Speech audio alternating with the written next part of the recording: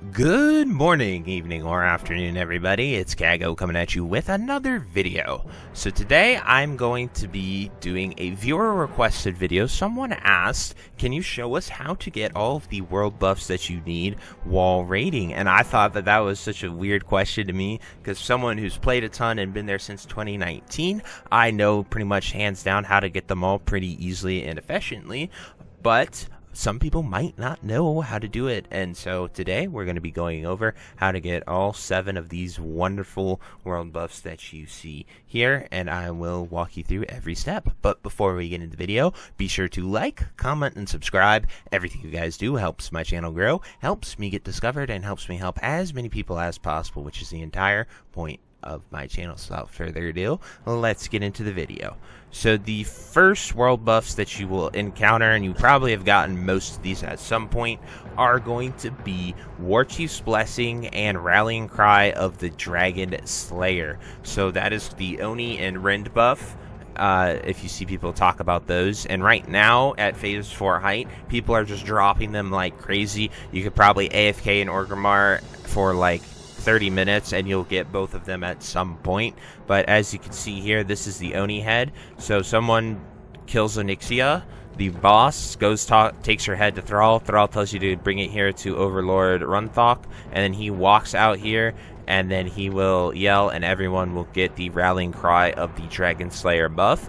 Then later on, once BWL's out, you can also get this same buff from people killing Nefarian and turning in Nefarian's head in order to get that buff.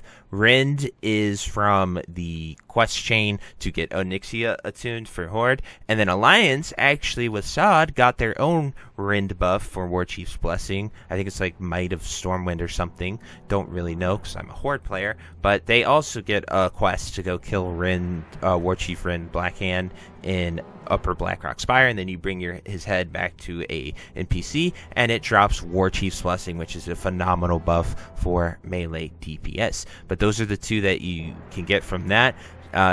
Later on, and when servers get to sort of be staggered, people actually start to coordinate these world buffs in discords and stuff like that. So definitely would recommend you join your server's discord, because people coordinate these buffs and drop them at specific times, and it's just a really cool thing to see the community sort of do. But right now at phase 4 launch, people are just doing them to get Oni attuned and stuff like that, so it's sort of a thing to worry about later. But anyway, those are those 2 buffs, and the next buff we're going to talk about is Songflower. So I'm going to fly out to Felwood and show you how to get that. So I'll see you then. So 2 quick things that I forgot to mention when getting world buffs is make sure that you have Chrono Boon displacers on you. You can buy these from any reagent vendor. If you've been playing SoD, you probably know what they are, but this allows you to put your world buffs in a sort of stasis effect, so you don't have to burn them to go get the other ones, as well as you can keep a lot of them up, and it makes your life so much easier in order to get these world buffs. But the next thing that you're going to be doing is also make sure you have the Nova World Buffs add-on. This helps you a ton. It tells you when buffs are going out. It tells you what layer you're on. And most importantly, it helps you identify Songflower. So as you can see here, my server has 3 layers up right now. And it even shows the timers for Songflower and the layer that they are on. So right here, this is super nice in order to see when you can get your Songflowers.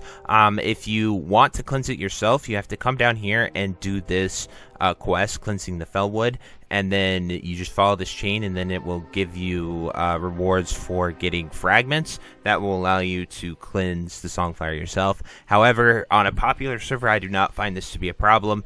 These 3 Songflowers very close to the flight path are pretty much always cleared, and then the ones up here for Alliance are generally cleared as well, so it's not too tricky with that. But all in all, I would highly recommend that you get Nova World Buffs and have those Chrono Boon Displacers on you. It makes getting World Buffs so much easier. But just wanted to give you that quick update, and I will show you Songflower when we get there. See you then. Alrighty guys, so Songflower is probably the most dangerous one to get, aside from Darkmoon Faire if it's not in your territory. but Songflower is in Fellwood, and there are a lot of people that have the add-on and the timers, so they are aware of it. So what you like to do is get here. I'm solo here, so it doesn't really matter too much, but if there's other people here, multiple people can get the buff at the same time. So make sure you're looking at the timer. I like to go vertical to make sure I can get it, and then you just sort of spam right-click, and then you make sure that everyone can click it and get it at the same time. If you're Druid, definitely don't be in form. I kind of messed up there. And then we get the Songflower. Then I'm going to Hearth to a safe spot. And then I am going to unboon and reboon once I Hearth to Kargath, so I know I am safe. There are people that do it before that, but you want to be careful. It is definitely way less dangerous to come to Kargath to do your world buffs. And as you see, we are going to boon it up as well. Then next, I'm going to show you Dire Maul buffs on my mage, and I will see you then. Voop. Alrighty guys, so we're here in Dire Maul North Tribute Run. I'm actually paying 10 gold to get this done because the amount of time it takes to do this is pretty much not worth it in order when it's 10 gold for the buffs as well as the stuff you need for it. But if you wanted to clear it yourself, you would need a thorium widget, a frost oil to trap the guy, as well as you'll need a rogue or a engineer with a bomb. And now an important thing to note if you're just buying it is you can hover over every single ogre here, and you see how the sword pops up? These are hostile and will attack me when I'm up here. This is a sort of safe area that you can go. And then you also need to watch out for eyes and the bosses here. Outside of that, you will be pretty safe. As you can see, just hover over them. You'll see if they are going to kill you or not. We're paying this guy our 10 gold real quick. And then, as you can see, the guard are right here in the middle. This is what you have to avoid. But if you successfully avoid them, you can head to the guy at the end, get the buff, and then come back and talk to them, which I will cover and show you all that here. I'm just showing you the hardest part of getting Dire Maul tribute buffs, because you just got to make sure you do not aggro the guards, because if you do, you will pull them. But otherwise, you just get to run through here, and you're pretty much clear from the rest onwards. So anyway, I will show you us getting the tribute buff, and then talking to each of the guys when we get there. So I'll see you then. Voop. Alrighty guys, so we're here at the end. You talk to Ms. the Crafty, and then he will give you this King of Gordok buff, and then you're good to just run and talk to all 3 guards to get your buff. If you do choose to clear this yourself, there is a captain right here. You can actually kill the captain boss. You do not have to get the suit and go and talk to him. He does not give you a buff, so therefore you can defeat him. I think it changes the tribute loot table a little bit, but I've never really encountered any issue with killing him when I've done this for my guild.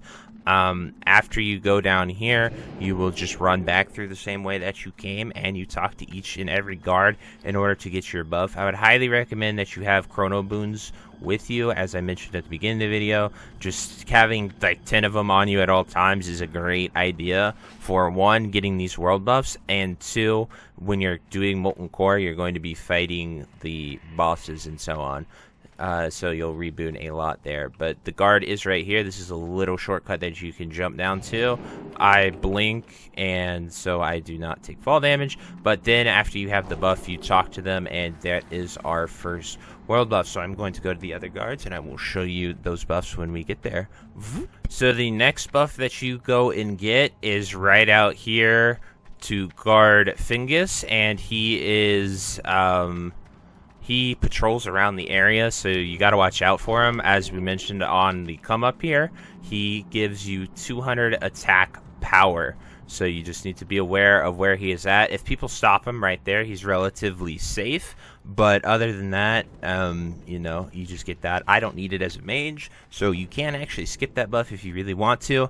But, you know, if you're a melee user, you definitely want that buff. Then probably the most useful one is going to be the HP, which is down here in the courtyard. He poses absolutely no threat to you for this part of coming to get it. You'll pretty much never go to him until you clear it and you need your Dire Maul world buff. But he is right here, and he gives hella stam, which is particularly useful when raiding, so you keep your buffs. Then you talk to him, and as you can see, It gives you 15% increased stam. Then we are going to go ahead and unboon, and then we are going to reboon here, and then we will have all of our world buffs except for Darkmoon Faire. So there you go, and I will show you talk about Darkmoon Faire in a bit. So I'll see you then. Alrighty guys, so Darkmoon Faire buff is a 10% damage buff that you get, and it has an alternating schedule, and for me to get it here and show you in this video, it would be very, very difficult to do because of one simple fact, and that Darkmoon Faire alternates every week to where it is at, and it'll be up from now until Monday at 4 a.m. and then it will be shut down between Monday, and then it will pick back up here on Sunday, and it will be outside of Thunderbluff. So it rotates between these two locations on a weekly basis. So there is some downtime for the buff. So I generally take my raid group when it is in foreign territory. So like being here and on Crusader Strike is a PvP server, I'll take my raid group and we will all go and get it together. There are two ways to make getting this buff very, very easy. One of them is through the Nova World Buffs add-on that I talked about, and you go to options here within the add-on, and then you scroll down to Darkmoon Faire, and right here you can have it set up to get auto DMF buff. It'll tell you the cooldown, it'll show you the marker, and then you can tell which one to get. So it can give you all these stats, but damage is definitely the one to get, unless you do want to get resistance. If you're pushing heat 3, that is something to consider, but all in all, pretty much you almost always want the damage buff, unless you're a healer where you can get spirit or a specific stat, but you can set it up there, and then it will auto go through the chat prompt and get that buff.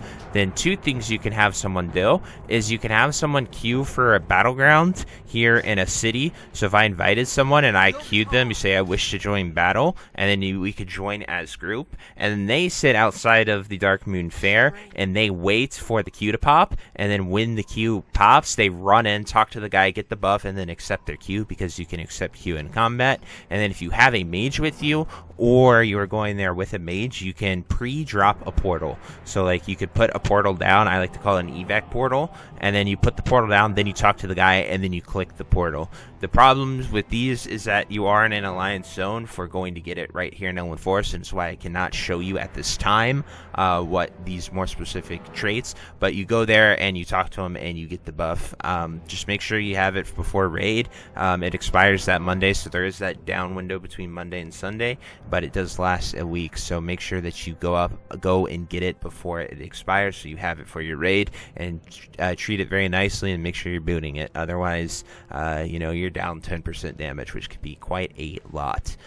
But anyway, guys, that is it for all 7 world buffs that you need to get. At level 60, you cannot use the BFD, you cannot use the Nomergon, you cannot use the Sunken Temple buffs that they had in the game when those phases were current. However, they are still there if you are leveling an ult, so you can get them in Orgrimmar, Thunderbluff, Booty Bay, etc. So you can get some decent buffs if you're leveling an ult. But having all the world buffs, like having the BFD, Nomer, Sunken Temple on top of Oni and Rend, is quite insane, and it is pretty fun if you're able to ever achieve that. I did it on one character and it was crazy, so pretty fun to have that much juice on one character. But anyway, that is it for this video. I truly hope it helps you guys out, and until next time, I'll see you later. Have a great day. Bye-bye.